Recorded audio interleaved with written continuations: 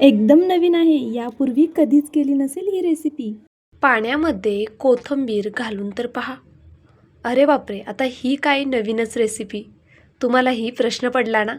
जास्त विचार करू नका. आपल्या चॅनलवरती भरपूर नवीन आणि अतिशय वेगळ्या रेसिपीज असतात. त्यामुळे पटकन सबस्क्राईब करून घ्या, बेल आयकन प्रेस करा, जेणेकरून असे छान छान व्हिडिओ तुम्हालासुद्धा रोज पाहता येतील. तर पहा, आता आपण रेसिपीला सुरुवात करूया. इथे मी 1 ते 2 मूठभर इतपत कोथिंबीर घेतलेली आहे. जवळपास अर्ध्या गड्डीलाही थोडी कमी इतपत घेतली आहे. आता हा पदार्थ मी माझ्या मुलांसाठी बनवते आहे, त्यांच्या नाश्त्यासाठी. त्यासाठी मी इतकी कोथिंबीर घेतलेली आहे. तुम्हाला किती क्वांटिटीत हा पदार्थ करायचा आहे त्यानुसार तुम्ही कोथिंबीर कमी जास्त करू शकता. आता ही कोथिंबीर मी आधी स्वच्छ निवडून घेतली. त्यानंतरनं ती छान अशी धुवून घेतली आणि पहा, आता अशा पद्धतीने बारीक अशी चिरून घेणार आहे. बरं, कोथिंबीर चिरताना काड्यांसहित घेतली तरी चालेल, पण जर खूप जाड काड्या असतील ना तर त्या घेऊ नका, कारण खायला छान लागणार नाही आणि त्या दाताखाली आल्यावरती एवढ्या छान लागतसुद्धा नाही. त्यामुळे कवळ्या काड्या असतील तेवढ्या घ्या, खूप निबार काड्या असतील तर त्या घेऊ नका. काड्यांकडची जी बाजू आहे पहा, ती मी सेपरेट ठेवली होती, कारण ती आपल्याला अगदी बारीक चिरून घ्यायची आहे. पानं थोडी मोठी मोठी असतील तर चालतील, पण जी काड्यांची बाजू आहे ना ती अगदी बारीक चिरा. आता ही कोथिंबीर थोडी साईडला करायची आणि इथे आपल्याला मिरची कट करून घ्यायची. तर मिरची कशी कापायची? लहान मुलांसाठी करतोय, पण आपण जो आज पदार्थ बनवतोय ना त्यामध्ये मिरची निवडता येणार नाही आहे. त्यामुळे एकतर तुम्ही मिक्सरला फिरवून घ्या, पण आता 2च मिरच्या घालायच्या आहेत तर कुठे मिक्सरला फिरवणार. म्हणून मी अशा पद्धतीने कट करून घेते आहे की जी छान अशी बारीक कट करता येईल. तर पहा, इथे मी व्हिडिओत दाखवलं आहे त्या पद्धतीने तुम्हाला मिरची कट करून घ्यायची आहे. कदाचित तुम्ही यापेक्षाही छान बारीक कट करू शकाल. तर इथे मी अशा पद्धतीने एका मिरचीचे 4 भाग केलेले आहेत आणि ही मिरची कट करून घेते आहे. सगळ्यात महत्त्वाची गोष्ट, आपण कोणताही तळणीचा पदार्थ करत नाही आहोत आणि धपाटे किंवा मग पराठे असा प्रकारसुद्धा करत नाही आहोत, वड्यासुद्धा करत नाही आहोत. आता इथे पहा, जवळपास पूर्ण 1 पळीभर तेल इथे मी घेतलेले. खूप जास्त तेलाची गरज आपल्याला या रेसिपीसाठी लागणार नाही आहे. तेल गरम झालं की मोहरी घालायची, जिरं घालायचं, सोबत पांढरे तीळ घालायचे आवर्जून. त्यानंतरनं बारीक कट केलेली मिरची घालायची. पहा, इथे मी 2 मिरच्यांचा वापर केला आहे. तिखट तुम्ही तुमच्या आवडीनुसार कमी जास्त करा. लहान मुलांसाठी करते, तिखट कमी प्रमाणात घातलेलं आहे. थोडंसं हिंग घातलं, थोडीशी हळद घातली, अर्धा चमचा धना पावडर घातली. आता ही फोडणी छान अशी परतवून घेऊया, फक्त अर्धा मिनटं, जास्त वेळ नाही. तीळ आहेत ना, पटकनी करपतील. पहा, फोडणी छान परतली गेली की यामध्ये कोथिंबीर घालायची. आपण कोथिंबीरीची भाजी किंवा पिठलं करणार नाही आहोत. ना पिठलं करणार, ना धपाटे करणार, ना वड्या करणार, ना तळणीचा कोणता पदार्थ करणार. मग नेमकं काय करणार पुढे समजेल, त्यामुळे नक्की व्हिडिओ शेवटपर्यंत पहा. हा पदार्थ तुम्ही प्रवासामध्ये सुद्धा नेऊ शकता, पाहुण्यांसाठी सुद्धा करू शकता, मुलांच्या टिफिनला तर करूच शकता, आदल्यामधल्या वेळेत छोट्या मोठ्या भुकेला सुद्धा करू शकता. पहा, इथे मी अर्धा पेला इतपत पाणी घातलं, छान असं मिक्स करून घेते. त्यानंतरने यामध्ये आपण चवीनुसार मीठ घालून घेऊया. तर पहा, इथे चवीनुसार मीठसुद्धा घालून घेतलं.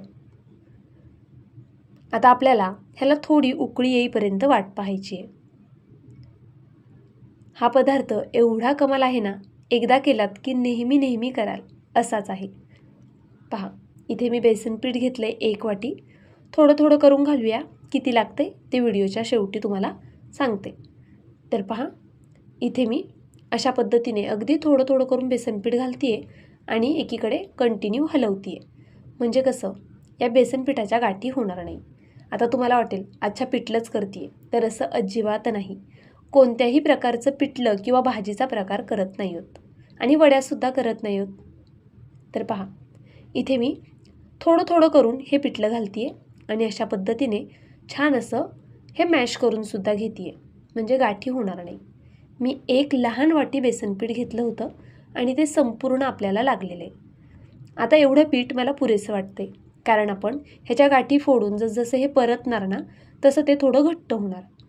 तुम्हाला जर तुमचं पीठ जास्त पातळ वाटत असेल तर तुम्ही थोडं बेसन पीठ वाढवलं तरीसुद्धा चालणार आहे. आपण जितकं पाणी घातलं आहे ना त्यापेक्षा जास्त थोडंसं बेसन पीठ आपल्याला इथे लागतं. तर पहा, इथे मी अशा पद्धतीने हे छान असं मॅश करून ह्याच्या गाठी फोडून घेतल्या. झाकण ठेवते. एक 3 मिनटासाठी छान अशी बारीक गॅसवरच वाफ काढून घेते. पहा, बारीक गॅसवर एक 3 मिनटं होऊन दिले. त्यानंतरनं हे छान असं मिक्स करून घेते पुन्हा एकदा.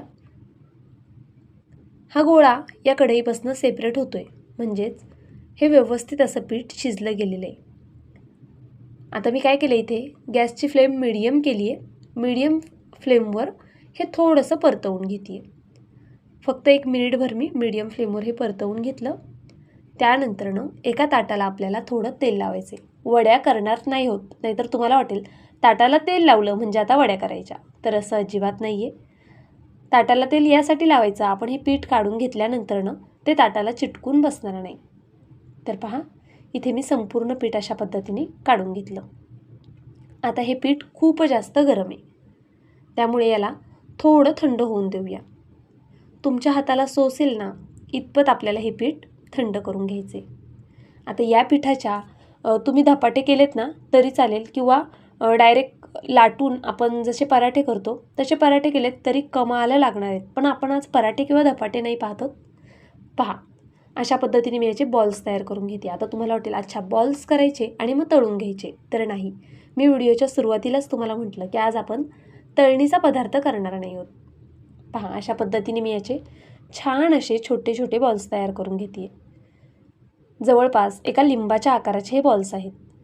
पण जर तुम्हाला हवं असेल तर तुम्ही यापेक्षाही लहान लहान बॉल्स तयार करू शकता, किंवा वेगळ्या कोणत्या आकारामध्ये जर तुम्हाला याला आकार द्यायचा असेल तर नक्कीच तुम्ही देऊ शकता.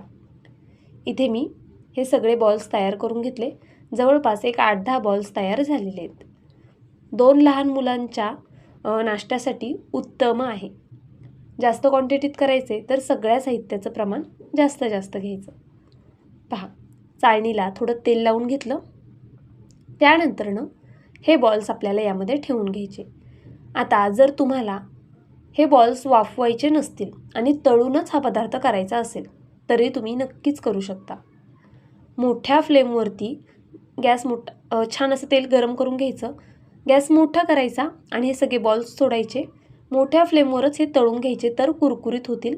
बारीक गॅसवर तळलं तर तेल जास्त पिणार आणि खूप जास्त तेलकट होतील. तर आता जर तळून करायचे असेल तर नक्कीच तुम्ही त्या पद्धतीने करू शकता. इथे मी वाफवून करते. कसं करते, काय करते पुढे समजेल. पहा, पाणी गरम करून घेतलं. हे बॉल्स वाफवण्यासाठी ठेवून दिले.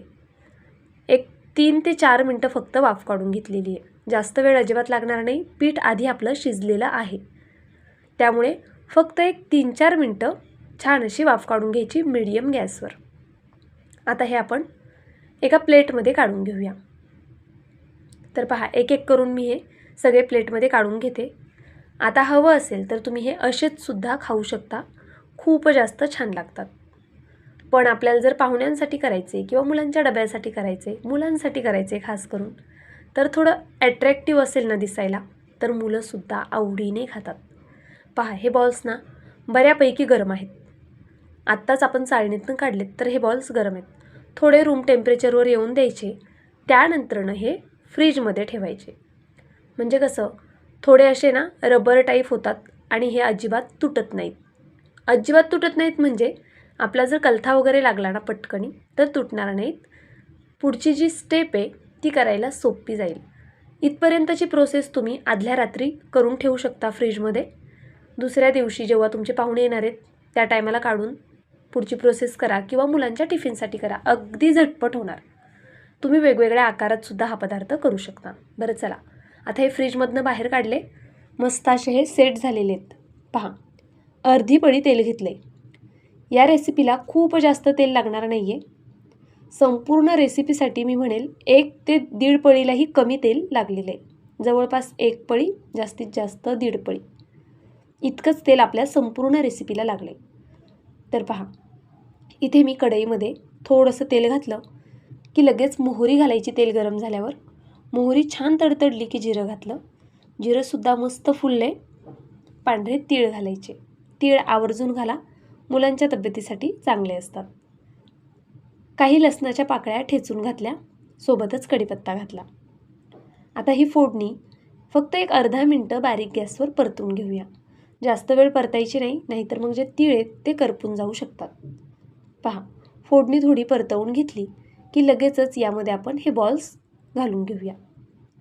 आता तुम्हाला यामध्ये जर मॅगी मसाला घालायचा असेल, चाट मसाला घालायचा असेल, तुम्ही नक्कीच घालू शकता फोडणीमध्ये. पण मी सिम्पल करते आहे. आता तुम्हाला वाटेल एवढं लाल तिखट मुलांसाठी, तर नाही. इथे मी बेडगी मिरची पावडरचा वापर केला आहे, जी की अजिबात तिखट नसते, पण रंग छान येतो. पहा, थोडीशी बेडगी मिरची पावडर घातली आणि हे छान असं मिक्स करून घेतलं. आता आपल्याला काय करायचं, गॅसची फ्लेम मिडियम करायची. मिडियम गॅसवर कमीत कमी 2-3 मिनटं ना असं मध्ये मध्ये हलवत छान असं हे परतवून घ्यायचं. असं केल्यामुळे वरचा जो लेयर आहे तो छान असा थोडा कुरकुरीत होईल आणि आतमध्ये अगदी सॉफ्ट असे हे बॉल्स तयार होतील. पाहूनच तुमच्याही तोंडाला पाणी आलं असणार आहे. पाहुणे आल्यावर सगळेच पोहे उपमा करतातच, पण अशा पद्धतीने अतिशय सोपी, कमीत कमी खर्चामध्ये खरं तर आणि झटपट होणारी सुद्धा आहे रेसिपी. जेवढा पोह्यांना वेळ लागतो ना, तेवढाच वेळ या रेसिपीला लागतो. फ्रीजमध्ये ठेवण्यासाठी काय ते 10-15 मिनटं जास्तीचे जातात, नाहीतर मग बाकी रेसिपीला काही फारसा वेळ लागत नाही. आणि जर खूप घाई असेल, फ्रीजमध्ये न ठेवता सुद्धा तुम्ही करू शकता. फक्त ज्यावेळेस मग हलवताय ना हे, त्यावेळेस थोडं काळजीपूर्वक हाताळा, म्हणजे हे बॉल्स तुटणार नाहीत. तर पहा, इथे मी एका बाउलमध्ये छान असे हे बॉल्स काढून घेतलेत. अतिशय सुंदर दिसतात ते. रेसिपी दिसायला छान असेल ना, तर ज्या माणसाला भूक लागली आहे ना, त्याला डबल भूक लागते. हे मला खूप वेळा अनुभव आलेला आहे आमच्या घरामध्येच. भूक नसेल तरीसुद्धा जर असं काहीतरी केलं ना, तर संपूर्ण पदार्थ संपवू शकतात. असे आमच्या घरामध्ये मेंबर आहेत. त्यामुळे खरंच नक्की ट्राय करून पहा. अगदी लहानांपासून मोठ्यांपर्यंत सगळ्यांना आवडेल असा हा पदार्थ आहे. अतिशय रुचकर होतो, चवदार होतो, पौष्टिक आहे, करायला सोप्पा आहे, कमीत कमी खर्चामध्ये, अगदी हॉटेलमध्येही मिळणार नाही असा पदार्थ आज आपण तयार केलेला आहे. कोथिंबीर खूप स्वस्त झालेली आहे, त्यामुळे नक्की एकदा करूनच पहा. एक घास खाऊन पाहिला ना, खरंच कमाल झालेला आहे. हा व्हिडिओ थोडा जरी आवडला असेल तर प्लीज व्हिडिओला पटकन एक लाईक करा. नवीन असाल, अजून सबस्क्राईब केलं नसेल तर वाट कोणाची पाहताय, पटकन सबस्क्राईब करून घ्या, म्हणजे तुम्हाला सुद्धा असे छान छान व्हिडिओज पाहता येतील. आणि आपल्या चॅनलवरती भरपूर असंख्य असे मी व्हिडिओ अपलोड केलेले आहेत, त्यामुळे प्लीज नक्की एकदा चेकआउट करा. नाश्त्याचे, डिनरचे अगदी सगळे व्हिडिओ आपल्या चॅनलवरती तुम्हाला भेटून जातील. जाता जाता व्हिडिओला लाईक करा. व्हिडिओ कुठून पाहताय ते कमेंट करून कळवा. नवीन असाल तर सबस्क्राईब करून घ्या. सोबतचं बेल आयकन प्रेस करा, जेणेकरून माझ्या व्हिडिओचं नोटिफिकेशन सगळ्यात आधी तुम्हाला मिळेल. उद्या भेटूया अशाच एका छानशा रेसिपीसोबत. तोपर्यंत बाय.